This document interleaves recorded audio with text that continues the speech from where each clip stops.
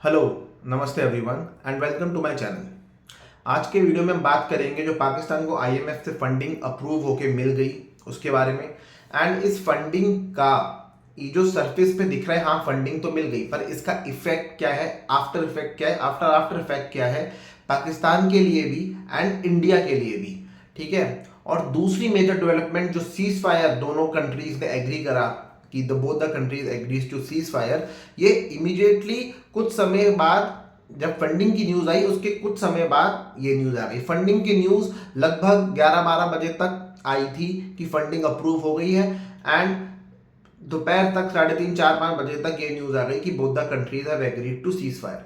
ये जो दो इवेंट्स इतना जल्दी एक के बाद एक हुए, इसको सरफेस पे या फर्स्ट लेयर पे देखने की बजाय हाई ऑर्डर थिंकिंग करने की कोशिश करेंगे और इसके इफेक्ट से आफ्टर इफेक्ट समझने की कोशिश करेंगे एंड इंडिया एंड पाकिस्तान दोनों पे इसका क्या इम्पैक्ट पड़ेगा और क्या उनका फ्यूचर कोर्स ऑफ एक्शन होना चाहिए वो इस वीडियो में समझने की कोशिश करेंगे। ये जो दो इवेंट्स हुए ना, अब इसकी वजह से समझ में नहीं आ रहा इस वीडियो का टाइटल मैं क्या दूं। जो दो ऑप्शंस मेरे दिमाग में आ रहा है उसमें पहला ऑप्शन तो ये एक हाथ ले और एक हाथ दे। एक ये पाकिस्तान से हम बोल रहे हैं कि एक हाथ फंडिंग ले ले, एक हाथ तू शांति दे दे। शांति कैसे दे दे? वॉर को रोक के। और एक हाथ तू फंडिंग ले ले, तो एक हाथ दे एक हाथ ले। या दूसरा टाइटल कि द आर्ट ऑफ नेगोशिएशन, मतलब नेगोशिएट करना, फंडिंग पाना, इतनी खराब इकोनॉमी के बावजूद भी, इतने पुराने आउटस्टैंडिंग डेट खड़े हैं उसके बावजूद भी और डेट का मिल जाना, मतलब ऐसी अनफीजेबल फाइनेंशियल कंडीशंस होने के बावजूद भी तुम्हारे को और फाइनेंशियल असिस्टेंस मिल जाना, इसके लिए क्या तुमने ये नेगोशिएट करा है। तो ऐसा समझ में आता है कि ये जो पूरा अटैक का तुमने पूरा ये जो रचाया, एक तरीके से इसको यही बोलूंगा कि ये फंडिंग पाने के लिए ही रचाया गया था, क्योंकि फंडिंग मिलते ही तुम्हारी सीज फायर की बात आ गई कुछ समय बाद। तो फंडिंग और सीज फायर दोनों, ये तो इंटर रिलेशन भी हो सकता है दोनों का, दोनों रिलेटेड इवेंट्स भी हो सकते हैं। क्या फंडिंग पाने की ही एप्लीकेशन जो तुमने दे रखी थी वो जैसे ही अप्रूव हुई वैसे ही तुमने अब तुम्हारे इस सब अटैक्स पे और रिटेलिएशन पे रोक लगा दी।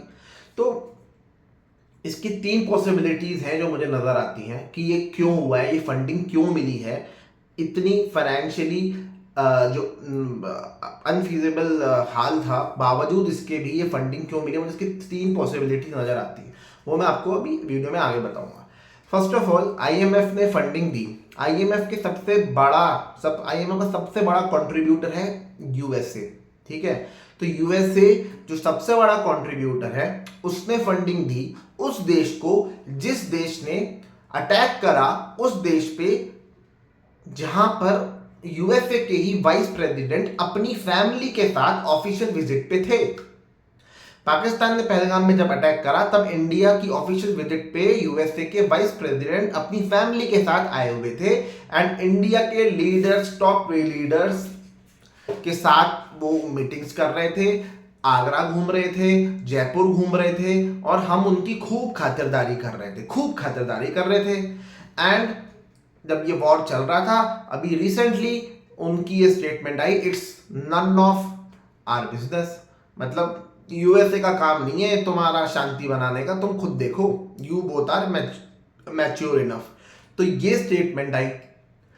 भाई तुम इंडिया जब कोई यूएसए से आता है इतने बावले क्यों हो जाते हो उसकी खातिरदारी और उसमें एकदम हाईएस्ट लेवल की इंपॉर्टेंस और हाईएस्ट लेवल का उसका ट्रीटमेंट इतना हाईएस्ट लेवल का जब कर रखे हो, तो जब मौका था सपोर्ट शो करने का, जब मौका था एक्चुअली में ये दिखाने का कि जो डोनाल्ड ट्रंप कह देते हैं Modi is a very great friend of mine, और या ये फ्रेंडशिप वाली बात कर देते, तो अब जब ये मौका था इस चीज पे अपना सपोर्ट दिखाने का, उस टाइम तुम ये कह देते हो कि both the countries you are mature enough and it's none of our business.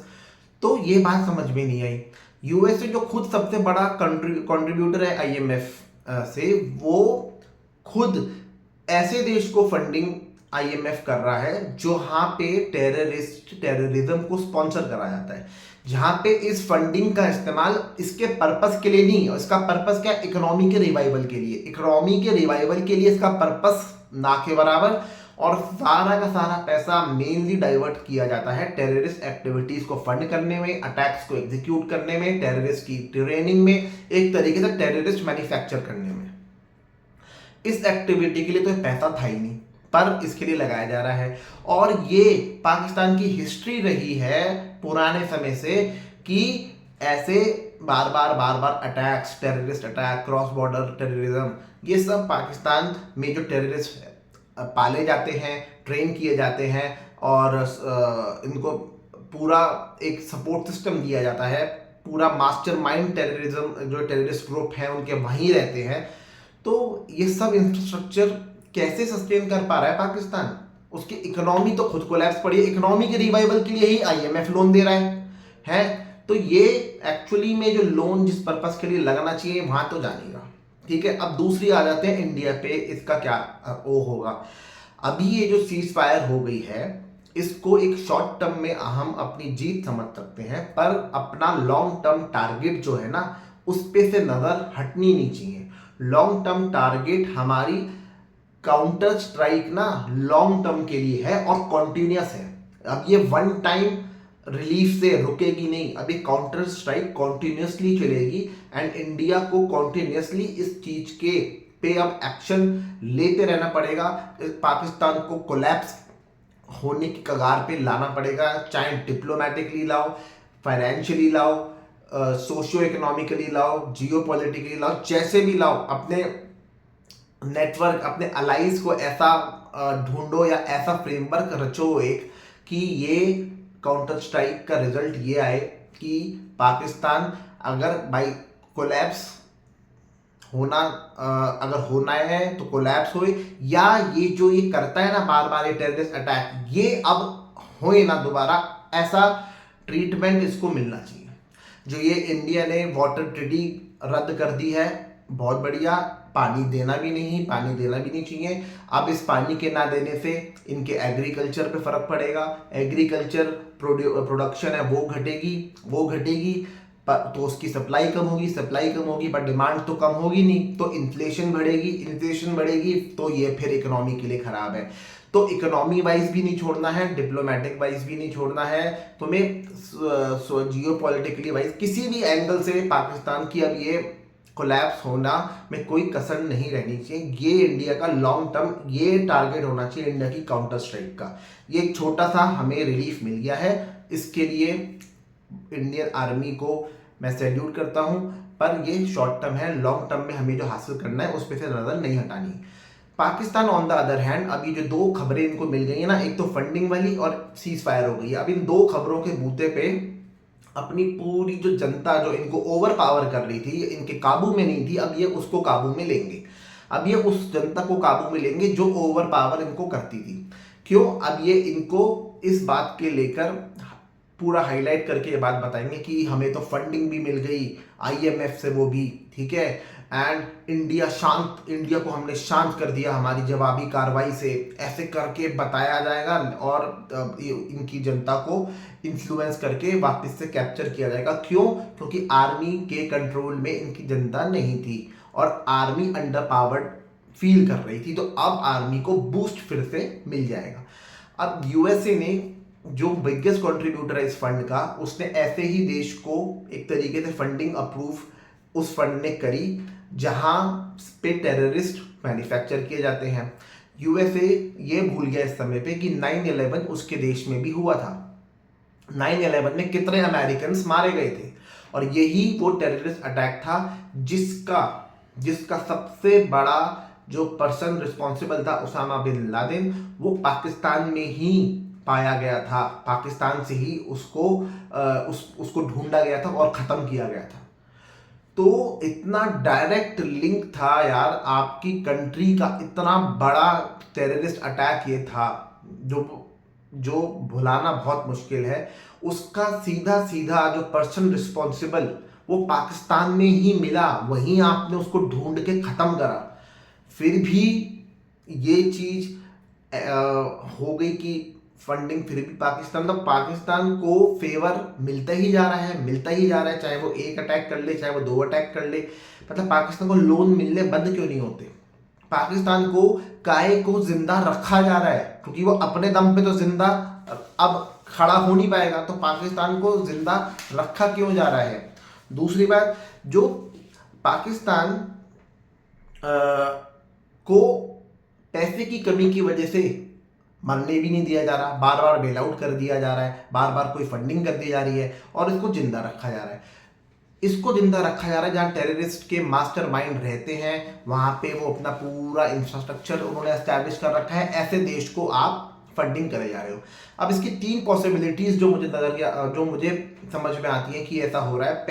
पहला रीजन तो ये कि ये एक तरीके से, जो मैं आर्ट ऑफ नेगोशिएशन बोल रहा हूँ ना, ये बेसिकली है ब्लैकमेल, क्योंकि सिंस 1958 पाकिस्तान को 24 टाइम्स आईएमएफ ने बेल आउट करा है। आईएमएफ बना था 1944 में, पाकिस्तान बना था 1947 में, और 1958 मतलब 47 से 11 साल बाद ही पाकिस्तान जब से बना, उसके 11 साल बाद से ही पाकिस्तान को बेल आउट बार बार करा जा रहा है, और आज तक वो 24 बार हो चुका। बावजूद इसके पाकिस्तान की इकोनॉमी का हाल ऐसा है आज की डेट में, एंड ये एक वेल नोन फैक्ट है कि जो भी फंडिंग होती है वो फंडिंग लगती का है। अब जहां भी वो फंडिंग लग रही है ना, वो स्ट्रेंथ पाकिस्तान की मल्टीप्लाई होती जा रही है, और वो टेररिस्ट एक तरीके से उसकी अनऑफिशियल आर्मी बन गई है, जिसको वो यूज करके किसी भी देश पे अटैक कर सकता है, किसी भी देश को अपने काम के लिए मनवा सकता है, दबाव डाल सकता है। और यही मे बी एक पॉसिबल रीजन हो सकता है कि इसको कभी भी फंडिंग मिलना रुकता ही नहीं है, क्योंकि जो देश इसके लिए रिस्पॉन्सिबल है फंडिंग के लिए, या जो भी एजेंसी इसके लिए रिस्पॉन्सिबल है, उसको यही खतरा शायद लगता होगा कि भाई ये टेररिस्ट जो इसकी एक स्ट्रेंथ है, अनऑफिशियल स्ट्रेंथ है, ये उसका इस्तेमाल करके हमारे देश पे ही अटैक ना कर दे। ठीक है। दूसरा रीजन जो ये फंडिंग का मिलने से मुझे नजर आता है, वो ये नजर आता है कि पाकिस्तान इकलौता इस्लामिक कंट्री है जिसके पास न्यूक्लियर वेपन्स हैं आज की डेट में। कई और इस्लामिक कंट्री हैं जो न्यूक्लियर वेपन की स्टेज से पहले ही हैं, अभी वो वेपन्स नहीं है उनके पास, वो nuclear development, nuclear power energy, इन सब फील्ड में है, पर वेपन्स होने वाली इस्लामिक कंट्री पाकिस्तान इकलौती है। इस वजह से जो पूरा एक इस्लामिक कंट्रीज का ग्रुप है, एक तरीके से पाकिस्तान उसके लिए लीडर है, क्योंकि उसके पास सबसे मोस्ट डिस्ट्रक्टिव वेपन है जो भी अवेलेबल है आज की डेट में, वो है न्यूक्लियर वेपन। तो पूरे इस्लामिक कंट्रीज का जो पूरा ग्रुप है ना, ये उसका लीडर है, इकलौता ऐसी देश है जिसके पास ये वेपन्स हैं। तो इसलिए भी इसका दबदबा कम नहीं हो, इसलिए भी इसको जिंदा बार बार करा जा रहा है, फंडिंग दे दे के। ठीक है, तो एक रीजन ये है। और जो तीसरा रीजन ये है कि ये डील हो गई, ये जो नेगोशिएशन करा ना, इससे ये डील हो गई कि भाई आईएमएफ से तू फंडिंग ले ले और तू सीज फायर कर दे। और इस डील को मीडिएट कराया यूएसए ने, कि यूएसए ने आईएमएफ के थ्रू फंडिंग दिला दी और कहा भाई अब तू शांत हो जा। जैसे बचपन में हम जैसे छोटे बच्चे होते हैं ना, वो टॉय मांगते हैं मम्मी पापा से, और मम्मी पापा मना कर देते हैं टॉय को, तो बच्चे बार बार जिद करते हैं, फिर मम्मी पापा तब भी नहीं सुनते, तो बच्चे और जिद करते हैं, फिर रोने लगते हैं, वो तब भी नहीं सुनते, फिर वो चीखने लगते हैं, वो हल्ला मचाते हैं, फिर जाके कहीं मम्मी पापा को मजबूरन मानना पड़ता है, और उनको जैसे ही वो टॉय पकड़ा दिया जाता है, वो बच्चे एकदम शांत, सारे उनका रोना, तुरंत उनके आंसू पुछ जाते हैं, तुरंत रोना बंद हो जाता है, तुरंत मुंह पे हंसी आ जाती है, और एकदम शांत। तो ये पाकिस्तान वही छोटा बच्चा है, उसी की तरह उसको ये डील दी गई है, उसको ये फंडिंग वाला टॉय पकड़ा दिया और भाई अब तू शांत हो जा। तो ये हो गई एक तरीके से डील जो यूएसए ने मीडिएट करा दी। ठीक है, पर यूएसए ने जब डायरेक्ट सपोर्ट दिखाने का टाइम था ना इंडिया को, उस टाइम पे यूएसए की कोई स्टेटमेंट ऐसी नहीं थी कि जो कह सको कि हाँ हम जिसको सही में अपना सपोर्टर मानते हैं या अलाई मानते हैं, वो हमारे को उस टाइप का रिस्पॉन्स दे रहा है जैसे उस टाइम पे देना चाहिए। कुछ भी नहीं था वैसा। ये वीडियो थोड़ा लंबा भी हो जाए ना तो लास्ट तक देखिएगा, इसमें कई ऐसी चीजें हैं जो आपको लास्ट तक पता चलेंगी। तो ये 3 पॉसिबल रीजंस हैं जिसमें से ये Islamic country, only Islamic country having nuclear weapons, ये एक मोस्ट प्रोबेबल रीजन है। और दूसरा, ये डील हो गई कि एक हाथ ले और एक हाथ दे, ठीक है। एंड ये पाकिस्तान का ब्लैकमेल भी हो सकता है, एक तरीके से नेगोशिएट करने की ही पावर है जो अपनी टेररिस्ट की अनऑफिशियल स्ट्रेंथ को यूज वो कर दे। इस खतरे की वजह से, इस खतरे की घबराहट की वजह से कोई भी एजेंसी, कोई भी कंट्री इसको फंडिंग या बेल आउट करने से कभी रुकती ही नहीं है, हमेशा कर देती है। अब ये जो फंडिंग हो गई है ना इस क्रिटिकल टाइम पे, ये इंडिया की क्या रियलिटी शो करता है, और इंडिया को इस चीज को एक्सेप्ट कर लेना चाहिए कि भाई ये एक्सेप्ट कर लो कि आपकी डिप्लोमेटिक सुप्रीमेसी नहीं है। डिप्लोमेटिक पावर का जिसका आप डंका बजाते हो, जिसके दबदबे की आप गुणगान करते हो, जो विश्व गुरु करते हो, वो विश्व गुरु वाली बात नहीं है। विश्व गुरु होते ना तो ये फंडिंग नहीं होती, ठीक है। हम पॉसिबल होते इसको रोकने में किसी तरीके से। तो एक्सेप्ट करो कि डिप्लोमेटिकली हमारा दबदबा अभी उतना नहीं है। दूसरा, ये आइडेंटिफाई करो अब इस क्रिटिकल टाइम पे, ये मैंने अपने एक प्रीवियस वीडियो में भी ये बात बोली थी कि India must now review and reidentify who are its real allies. उसके सच्ची में कौन सपोर्टर है, एक्चुअली कौन सपोर्टर है। सिर्फ उसको क्या लगता है उससे मत सोचो, अब इस सिचुएशन के बाद इवैल्यूएट कर लो कायदे से कि भाई कौन है तुम्हारा सपोर्टर। एंड तीसरा, ये इंडिया पाकिस्तान का जो भी ये वॉर चलता है ना, ये वॉर वर्ल्ड के लिए कोई बहुत बड़ी चीज नहीं है, ऐसा लग रहा है। ये वॉर वर्ल्ड के लिए बहुत बड़ी चीज नहीं है, ऐसा लग रहा है। ऐसा लग रहा है कि गली के 2 छोटे बच्चे लड़ रहे हैं, बाकी सब एज यूजुअल अपना जिसका जो काम है वो काम कर रहा है। किसी भी देश का अपना स्टॉक मार्केट इतना नहीं गिरा अभी, कुछ इंस्टेबिलिटी वाली या कुछ बहुत मेजर डिस्टर्बेंस वाली फीलिंग नहीं आ रही किसी, मतलब एट वर्ल्ड लेवल ऐसा कुछ नहीं लग रहा। एट वर्ल्ड लेवल कोई भी मेजरली इतना इम्पैक्ट हुआ है इंडिया पाकिस्तान की इस लड़ाई से, ऐसा कहीं नहीं लग रहा। सिर्फ इंडिया के 150 करोड़ लोग और पाकिस्तान के 25-30 करोड़ लोग, टोटल मिला के 180 करोड़ लोग ही, उन्हीं के लिए ये बहुत बड़ी बात है कि भाई हमारी वॉर चल रहा है। तो एट वर्ल्ड लेवल इसको कोई इतना महत्व दे नहीं रहा। तो ये एक बहुत बड़ा रियलिटी है कि एट वर्ल्ड लेवल इस चीज का इम्पैक्ट नहीं पड़ रहा। मतलब पाकिस्तान को फंडिंग भी मिल गई और इंडिया को तो एक तरीके से सीज फायर तो हुआ, मामला तो सॉल्व हुआ, पर ये चीज स्टार्ट ही क्यों हुई? और स्टार्ट हुई अगर तो फंडिंग लेने के लिए हर बार तुम्हें अटैक ही करना पड़ेगा, तो क्या इंडिया बार बार अपने ऊपर अटैक ही करवाता रहेगा? आज तक तुम 24 बार बेल आउट पैकेजेस ले चुके हो सिंस 1958, क्या तुमने हर बेल आउट पैकेज को लेने से पहले अटैक करा है क्या? तो ये अटैक फंडिंग लेने का क्या तरीका है? तो एट वर्ल्ड लेवल इससे कोई फर्क किसी को पड़ नहीं रहा है, ये भी एक रियलिटी है। तो ये 3 रियलिटी समझ में आती है जो ये फंडिंग के बाद अब निकल के उभर के आई हैं। अब किसी भी देश को हम, जब ये पाकिस्तान को फंडिंग देने की बात थी तो इंडिया ने ये बहुत ग्लोबल लेवल पे और आईएमएफ में ये बहुत रिप्रेजेंटेशन दी कि ये फाइनेंशियली ओवरबर्डन है, पुराना भी इतना बिग डेट है जिसके नीचे ये दबे पड़े हैं, चाइना का भी डेट है, इनके ऊपर आईएमएफ का भी पुराना डेट है और वो अभी तक इन्होंने इनका आउटस्टैंडिंग है। एंड अगेन आप फंडिंग पे फंडिंग दे रहे हो एंड जानते हुए कि ये फंडिंग का पैसा लग कर रहा है, फिर भी फंडिंग दे रहे हो, फिर भी फाइनेंशियली ये चीज वाइबल लगती है। क्यों? क्योंकि किसी भी देश का जो जीडीपी होता है ना और जितना उसने डेट लिया होता है उसकी एक रेशियो होती है, वो रेशियो होती है डेट इक्विटी रेशियो। अब ये डेट इक्विटी रेशियो जो पाकिस्तान के केस में है वो है 70 मीन्स मतलब 100 रुपए जीडीपी कमाने के लिए 70 रुपए का लोन है पाकिस्तान पे। इंडिया की जो रेशियो है ये 80 है।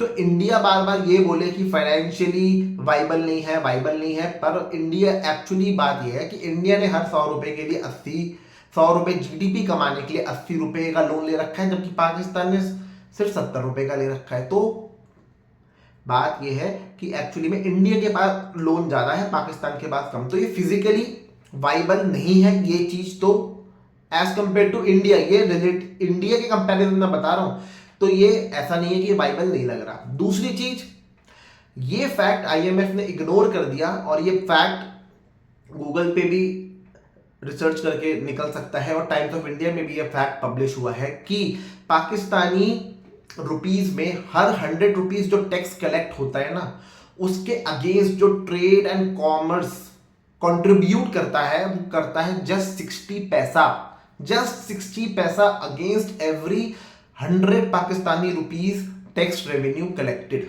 मतलब उसके सिटीजन से जो लिया जा रहा है वो 100 रुपए लिए जा रहे हैं, एंड जो पाकिस्तान की ट्रेड एंड कॉमर्स के थ्रू कंट्रीब्यूट हो रहा है दैट इज जस्ट 60 पैसा।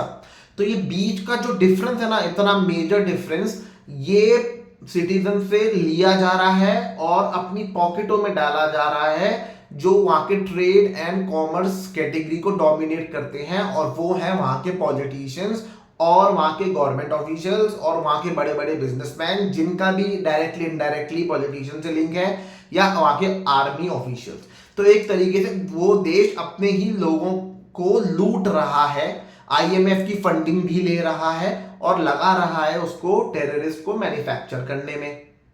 तो ये चीज समझ में आनी चाहिए कि ये चल रहा है।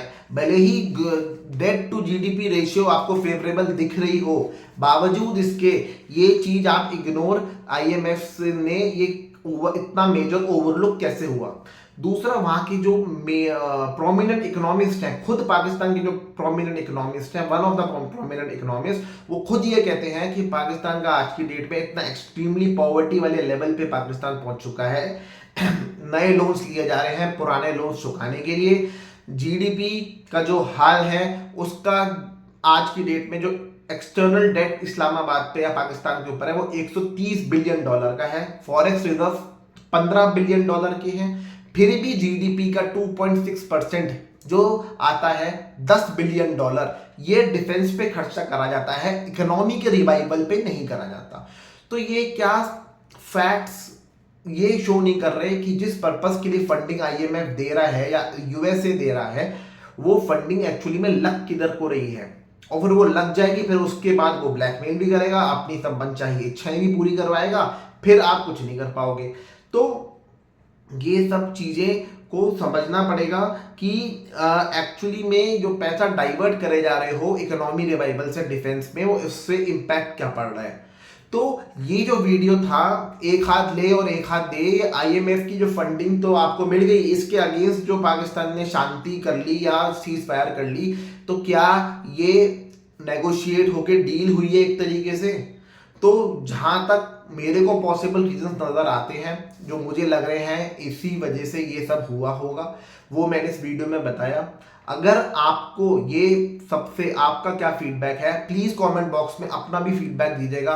आपको ये चीज कितनी रिलेटेबल लगती है और कितना आप एग्री करते हो, कमेंट बॉक्स में जरूर कमेंट दीजिएगा, एंड सब्सक्राइब कीजिएगा चैनल को। व्यूज तो आते हैं वीडियोस पे, पर सब्सक्राइबर प्लीज आप लोगों से रिक्वेस्ट है कि प्लीज अपनी फैमिली ग्रुप्स में, अपने फ्रेंड ग्रुप में प्लीज सब्सक्राइबर मेरे 2-3 और ऐड कराओ चैनल को, एंड वीडियो पसंद आए तो लाइक एंड शेयर भी जरूर करना। Thank you so much.